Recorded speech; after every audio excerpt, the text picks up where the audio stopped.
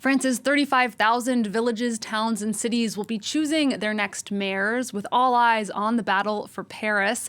Let's cross straight to our reporter, Antonia Kerrigan, who's at a polling station in the capital's 8th arrondissement. Antonia, this will be the last time France goes to the polls before the presidential election next year. Now, municipal elections revolve around different issues and do have a different logic than national ones. But is it fair to say that this is the best litmus test we're going to get? Well, certainly it is the last time the French people will go to the polls before next year. So it is the last opportunity for parties to campaign again one last time before the presidentials and to reinforce their local footprints. However, this election is different things to different people. It's important to remember that among those 35,000 towns that you mentioned, 68% will only have one set of candidates to vote for. And that's, of course, overrepresenting extremely rural areas, but even in the bigger picture, 60% of voters will be voting on local issues, not on national politics, according to recent surveys. So it does sound like it's not going to be a perfect test of voter behaviour. However, what will be interesting to watch is the behaviour of political parties, especially between rounds 1 and 2. We'll be looking out to see whether or not parties of the left work together. Currently a divided force. Will, when push comes to shove, will they come together to ensure certain outcomes in certain cities?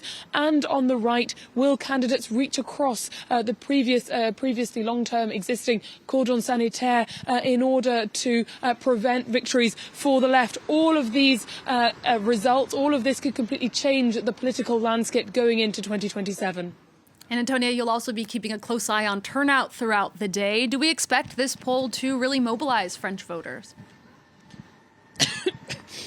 Well, turnout in municipal elections has been falling consistently since the 1990s. 2020, though, was a particular drop. Of course, those elections were held in a COVID year and turnout dropped to just 44% in the first round of voting. So we are expecting it back up this time around. Of course, you've got to remember that in the last year, the last time the French people went to the polls were those snap general elections in 2024. And in the last 6 months, different political parties at different times have been calling respectively for new presidential elections and also for new general elections. So there is this sense that the prospect of voting has been dangled in front of the people several times, and there is this desire now to have a say.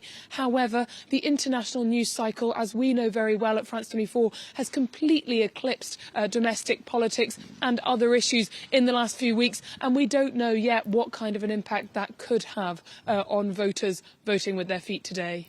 It will be interesting to see all the results tonight. Antonia, you'll be reporting back throughout the day.